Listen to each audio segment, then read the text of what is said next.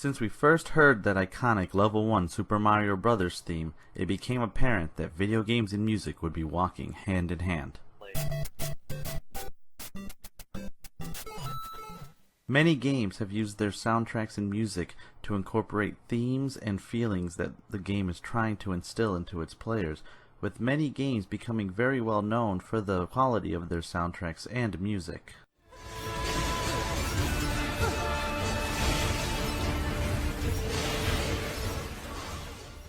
From iconic classics like Legend of Zelda and its overworld theme, to Chrono Trigger, which brings about a tinge of nostalgia to all who enjoyed the golden age of RPGs on the Super Nintendo.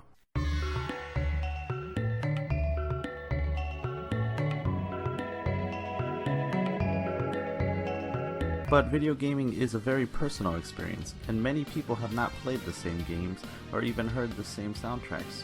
And even those who have, those songs within a game can be very important to the individual depending on the experiences and time that it was played. Sure, there are the classics, the Castlevanias, the Civs, the Legend of Zeldas, and the Metroids, but that's not what we're here to talk about. Here at the Blue Wizard Project, we're going to be talking about those songs and games that were important to us growing up. The ones that weren't very well known sometimes, or maybe they were, but for the wrong reasons. We're not going to be hitting the classics here, so sadly no Mega Man X despite its quality, but what we're going to be doing is hoping to bring a new light to video games and music to those of you who are watching, and hopefully inspire you to check out some of these games, or remember those times growing up when you were inspired by video games and those songs that really stuck with you, and bring back a sense of nostalgia to a youth that was a much simpler time. Now join us while we move into the 64-bit era and Sony's first console, the PlayStation.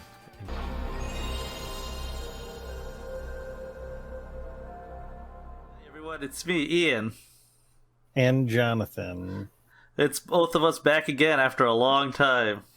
It's literally been like 6 months since we recorded one of these video game music ones. Way too long. Although we do have the stuff for at least 2 more. So we should be good for a little while. Yeah, we'll get to them. So part of the reason why this one's been delayed is because I was moving overseas from South Korea back to North America, and then having to move from the eastern half of the United States to the western half of the United States. So it's been an ordeal. And then on top of that, just the powers that be apparently didn't want us to make this video because something always stopped us. Actually, the last time there was like a 16 block power outage in my area, so we couldn't record it. Literally everything has worked against us to get this to do anything, or to work. Yeah. So in the past, we've already done a few of these. We did NES, Sega Genesis, and Super Nintendo.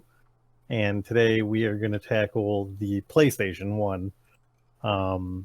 And a few of the songs that we really liked from that. So if you haven't seen any of the old videos, basically the whole point of these videos is to talk about music that we liked from that generation of games that are not the big heavy hitters. Like everyone's heard, Final Fantasy VII's music, or I'm blanking on another PlayStation game that's not a Final Fantasy game. That has amazing, well-known music. Metal Gear. Yeah, Metal Gear. That's another great one. So we're not going to talk about those ones. Yeah, go ahead. Yeah. I was gonna say we're gonna be talking. I mean, some of these games are pretty or might be popular to certain people. The thing with the PlayStation is that a lot of the games are popular to different people. But we're trying to stay away from like the big ones. No Final Fantasy IX. No. Yeah, see, now I'm blanking too. I'm like, oh no, what were the other really... What are the other good games? There's only Final Fantasy and Metal Gear. That was the whole... Resident Evil had amazing soundtracks too. Silent Hill. Yeah. So that's the thing with PlayStation, is that with some of the other ones, I kind of struggled with Super Nintendo and Nintendo 64 because, which is the next video that we're doing. I struggled a little bit with choosing some of those because generally on those systems, I only owned the big games. But then the Nintendo 64, after I thought about it a bit, and this one especially, I remember that like that era of gaming is when renting games was still a thing. Like Blockbuster still existed, Oh man, or you could just go to the drugstore and rent games. I rented so many games. And so it was really cool because you got to experience a lot of games that you would never buy. Um, Actually, I think a couple of the ones that I threw out on this list, I think I had like maybe like 6 or 7 songs that I went through. I didn't actually own or didn't own until well after the lifespan of the PlayStation was over. Actually, what's hilarious is when we were going through that list of what were the ones with the best music, we completely skipped over the king of PlayStation 1 music, I don't even remember what it was. Chrono Cross. Oh yeah, that's right. Actually, we discussed for Chrono Cross, we're just gonna do a whole separate video because that game is like legendary for how good its music is. Yeah, Chrono Cross is gonna have its own video. It needs it, but we'll get to that in time. I feel like I don't remember who started last time. It's been way too long, so I'll let Jonas take this one since he has had to travel and move and do all kinds of adult stuff. All right. Sounds good. So my first song is going to be Adon's theme from Street Fighter Alpha.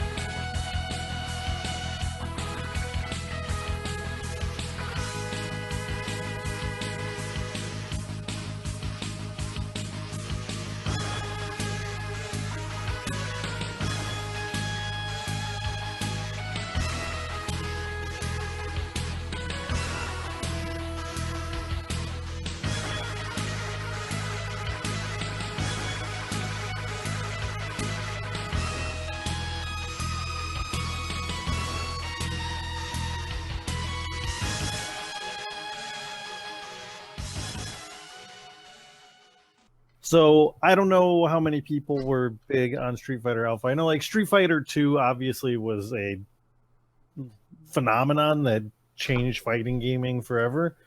And Street Fighter Alpha was when they started. You were gonna say first started. First started, turned into farted. They might have. I don't know. I wasn't there.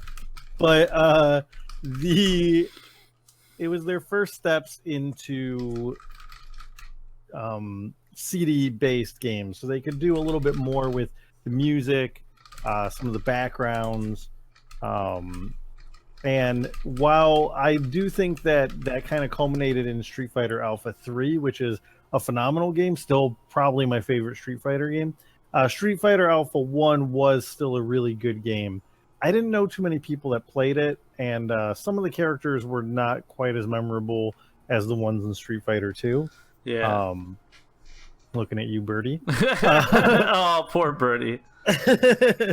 But or what was the other guy? Sodom, that they changed his name in a lot of the American games because they were like, oh, that's not appropriate. But Adon's theme in this game is really great. It's just got a lot of energy to it. It sounds like almost like a Mega Man X level to me. Like, I mean, a lot of the game does, and it's also Capcom, so you know. Yes, yeah, it's probably the same people working on it, to be perfectly honest. Adon was not my favorite fighter in the game. I actually really hated him. I didn't like his character design. But that song was just really cool. It got you really hype. It really showed you kind of what the PlayStation could do with CD music above what the Super Nintendo and Sega Genesis were capable of. And I don't know, it just really captured that that Capcom sound to it. Like when you hear this song, you know it's a Capcom song, like undeniably. So yeah, I thought it was really good. I think that whole game has a lot of good music and good art, and it's definitely worth playing. It still holds up today. You can go back and play it. You can probably download it on any number of PlayStation systems right now. But yeah, it's great. Adon's theme, Ian will obviously put it in here so you can listen to it. So I'll give him a few seconds for that. Actually, I probably would have put it in after you first said it. That's where they usually go. It doesn't Well, matter. then, never mind. You can put it in twice, Ian. Yeah, it's actually not that long of a song. I actually did not play a lot of Alpha 1. I played a lot of Alpha 3. I'm pretty sure. Alpha 3 was great. I actually never really played Alpha 2, which actually got a release on the Super Nintendo, oddly enough. But I never played that one on PlayStation or Super Nintendo. I can't imagine the Super Nintendo one's good. I have no idea, but 3 was an amazing game. I'm pretty sure Alpha 3 is the one that has my girl Karen in it. That's the blonde chick and the Japanese schoolgirl. The blonde one, who's basically the rival to Sakura. Yeah. Street Fighter Alpha 3 was great. I know this isn't the game that we're talking about, but like it's still a great game because you just had so many characters you could choose from. You could change your fighting style. There were like different ways you could set your like basically like your turbo or whatever. And and it also had just really cool story mode stuff. The fight with M. Bison in that game is awesome. You're like in this like grassy field and with like lightning in the background and stuff. It was really cool. Also, M. Bison's super cheap in that game. That's very true. Yeah, so it was a good game. I mean, it was a good game. There's really no way around it. Alpha 1 is great. If you're going to go back and play one, though, play Alpha 3. And you can get Alpha 3 on the Vita if you're one of the 5 people that owns it. Yep. All right. So now that Jana got that one out of the way, actually it's not out of the way. These are all pretty good games. When he told me his list, I was like, I can see that. I think this is one of the few ones. Like when we did some of the other ones, it was like, oh, this game, like this song is good, but the game is shit. Not necessarily the case with these. I think all of the games that I have on my list are all great games.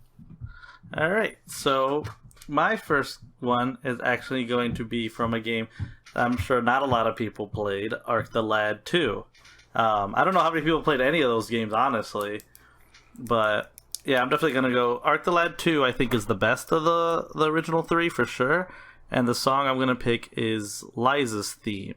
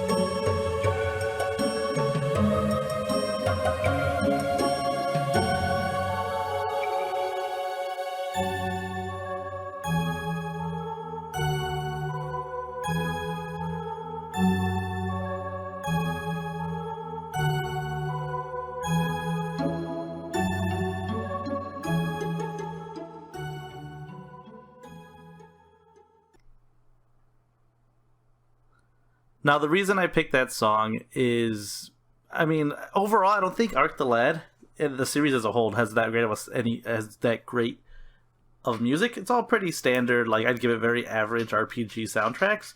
But I really like Liza's theme because of like where it takes place. I think it's probably the one outstanding like world map theme, because the game, the world map theme changes depending on where you are in the story. And this one is like basically the main character Elk is out, so it's a change of main characters. Something other games have done, Chrono Trigger, Final Fantasy VII, where the main character is like, well, you're not the main character, you're in a coma / dead / gone. That was very common in the, was it 90s? Yeah. Mid 90s. Everyone was getting amnesia. Everyone was in comas. It was rampant. It was a Ask your problem. parents, kids. It was a big problem. But basically, the story moves over to playing as the main female protagonist, Liza. And she's basically has the special power to control monsters. And she's like, well, I don't really know what to do. And a bunch of people basically tell her, and by a bunch of people, I mean like one specific person is like, you can't just sit around waiting to be saved or not doing anything because he's gone. You gotta take that shit up on your shoulders. And she's like, you know what? You're right. Fuck sitting around here doing nothing. So she does. She's like, I gotta go back to my home country and figure some stuff out and learn about some stuff. Progress the story. So she does. She just takes it on herself and goes out. And I've never actually played any of the Arc the Lad games. I remember there was a used video game shop near my house in my hometown, and they always had like a collection of the three, and I never pulled the trigger on buying it, and I regret it. Many regrets. Yes. That's the same place that I bought Lunar and then didn't like it and got rid of it. And then later realized it's a masterpiece and that I was a fool of a took. And now I have a Lunar in the box, but I don't have the cloth map that came with it, or there was a coin too. I have all of that. You big goofed, my friend. Yep, I big goofed. But that ranks right under my having a complete inbox Earthbound and throwing the box away and letting the strategy guide get all crumpled up and then believing that's worth like $800 now. Everything you're saying pains me on a personal level. Yep. But yeah, so I just think the song's good, and that whole little like arc, it's really good in regards as a story because it's a lot of growth for the main female protagonist in it. And it shows like everything going on is a lot bigger than just the main guy and his usual I gotta stop the bad guys thing. I don't even remember if this is that far in the game. It might only be like 25% through the game, maybe 33% through the game. The first 10 minutes. No, it's definitely not that. Subverting expectations. But I said, it's just a really good character growth for her, because up to that point, she pretty much is kind of just constantly being rescued by Elk. And it's a good change over that. Although it is a very hard part of the game, because if you don't level her up, all her monsters suck, and it's really hard to fight with her. So yeah, that's mine. Pretty neat. That's one thing that I loved about the PlayStation 1 is there's just so many RPGs on that system. Like JRPGs, that was like the golden age between Super Nintendo to PlayStation 1. There's so many good RPGs during that time. All right, so your turn for the next one. Yeah, so my next one is going to be Capital from Einhander.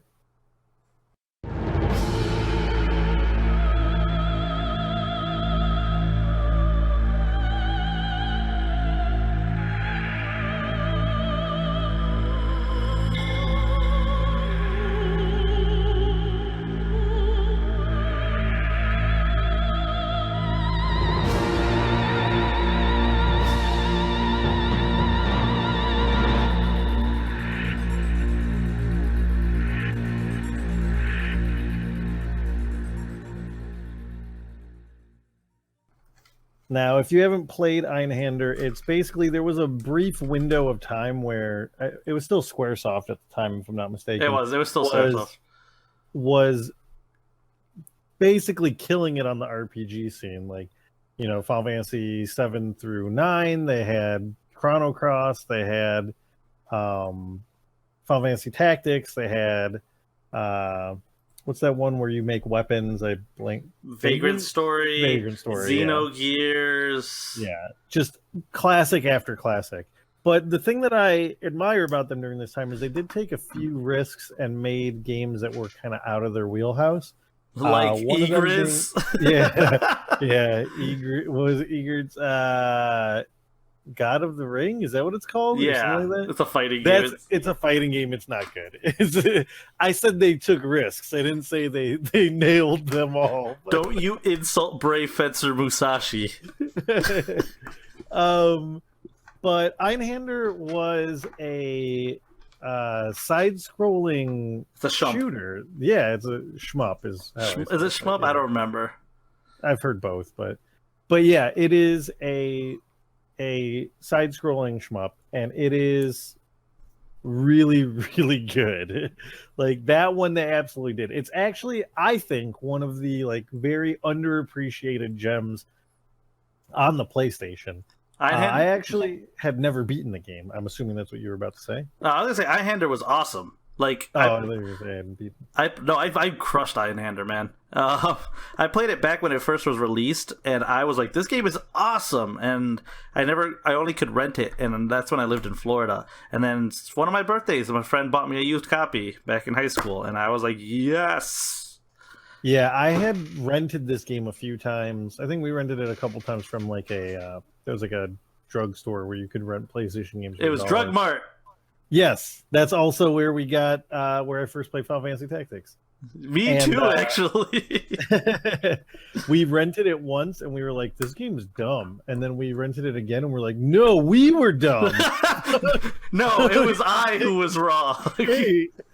But Einhander we had rented and just loved it. It was such a great game. It's basically, the storyline is that the Earth and the Moon are like fighting each other. And the Earth is all Germans. Yeah. And you're like a ship from the moon, if I'm not mistaken. Yes. And it's really good. So the thing that was cool about this game was that you could shoot weapons off of bad guys' ships and catch them and then use them until they ran out of ammo. And you could also use them as like kind of shielding, because the weapons could get blown off of your ship. Yeah, because you die in one hit, but your weapons could take hits. This game is very unforgiving. I actually, like I said, had never beaten it when I was a kid, and then when I was thinking about games for this video, I went back and played it again and was like, oh man, this game's great, and I finally beat it. But yeah, this game is fantastic. The reason why I like this song, this is the first song in the game outside of like the title screen and stuff like that. But it's the first one in the game, and the reason why I like it is because it has this like kind of heavy intro to it, and then it eventually gets in, like a few seconds in, you start hearing like almost like an opera singer in the background. Now, there's one thing that I know about mid-90s Squaresoft, and that's when you hear opera music, shit's about to go down. Like, every time. Yeah. Another example of that would be Parasite Eve, another great game that was kind of out of the box for Squaresoft. Oh man, Parasite Eve is so good. Such a great game. We could probably do a whole video on just that game too. Yeah, we probably could do a whole Parasite Eve video. But no, Einhander's amazing, and like the thing with that game is that the soundtrack just kills it. That soundtrack is like, so good. When I was listening through the soundtrack to pick a song, I could have pretty much put any song from that game on it. But just that first one, the way that it sets the bar, that like, this isn't a game you're going to slowly ramp up into. It is going to start off full speed. The first boss in the game, at least when I was a kid, not now, but when I was a kid, it was hard. Like it was not. Again, you die in one hit. The other thing too in this game that's cool is that like, if you can't kill the boss, you can just run out of time. And the boss is just like, yeah, screw this guy. He doesn't know what he's doing. I'm out. He just pieces out. He just pieces out. And so you could either win by killing them or win by just living long enough. Honestly, it was way easier to kill them than to survive the time. Definitely way easier because their attacks can fill the whole screen. But it was a great game. If you have not played this game, find it, play it. Again, there's probably digital versions of it as well. Yeah, I was very surprised by his music choice because I would have either picked the basic boss music, which is amazing, or the music when you fight the orbital satellite. Which all good songs. Yeah, the orbital satellite boss is so good. Yeah. Again, if you haven't played it, play it. If you are, I mean, you're clearly on YouTube right now. Just look up Einhander OST. OST. Listen to it. All of it's real good. Yep. So definitely good choice on Jono's part there. And he's going to actually really be a fan of my next choice. Because I know it's a game that he really likes. Lunar Eternal Blue. Yes. Lunar 1 and 2 are both fantastic games. They are. And the song I'm actually going to pick from that is the Dragon Boss Battles theme.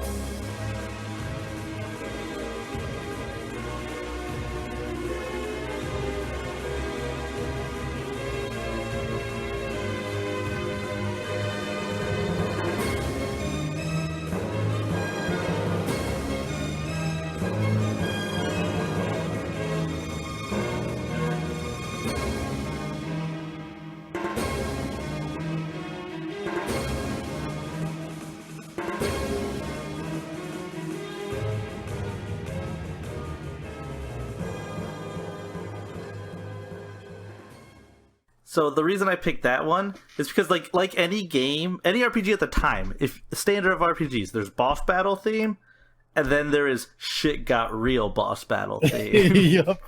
You're like, oh, it's a boss battle. That's not the boss battle theme. And you're like, oh no! It's like when you first ran into Masa and Mune, and they became Masa Mune, and you were like, what is happening? Good thing I saved up all my elixirs and still didn't use it on those fights. Or the Four Fiends of the Elements. Yeah. Any time a game did that, it was like, yeah, time to get serious. And Lunar's is great.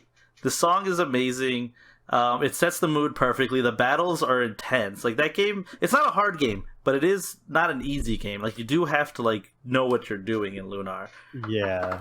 You can grind it out as well, but generally that's slow. I will say that the best advice if you are playing one of the Lunar games and you're going to grind is there are several points in the game where there will be like a free healing spot, sometimes in the dungeons, or I remember there was a part where you had to go in a sewer, and I believe in the first Lunar game, and you could rest for free. Grind at those parts if you are finding the game hard. Yeah, but outside of that, like game itself, not really grindy. I mean, you can, like you said, but never really needed to. You don't have to, yeah. But no, I loved Lunar 2. I thought because Lunar 1 was really good. Lunar 2 did exactly what a sequel is supposed to do, and made just everything Lunar 1 did, but better. Literally better in every single way. Better story. Which is saying something because Lunar 1 is a great game. Yeah. Better story, better characters, better villains, better music, better cutscenes, longer. It's just everything is better. There's a ton of stuff in it that if you played the first one, you're like, oh yeah, that thing. Oh, that thing. Oh, yeah. Oh, yeah, that thing. But also what it did have better is just better battle mechanics and better boss fights. Yeah, the balance was a lot better on it, too. Yeah, the balance was definitely a lot better. In the first one, you kind of find a strategy and then just cheese that until that move loses its potency.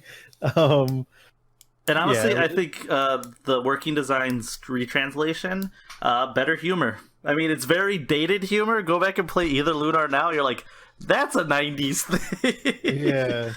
Very, very dated, topical humor for the time, but whatever.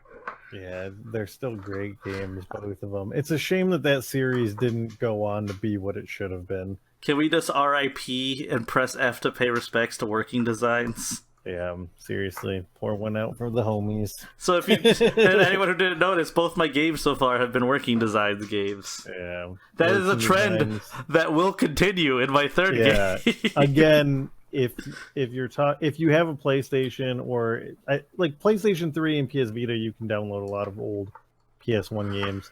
Everyone jumps on SquareSoft stuff, and rightly so, because they're great games. But yeah, they made some good ones. Yep. All right. So after this, we'll move on to our last one and our extra.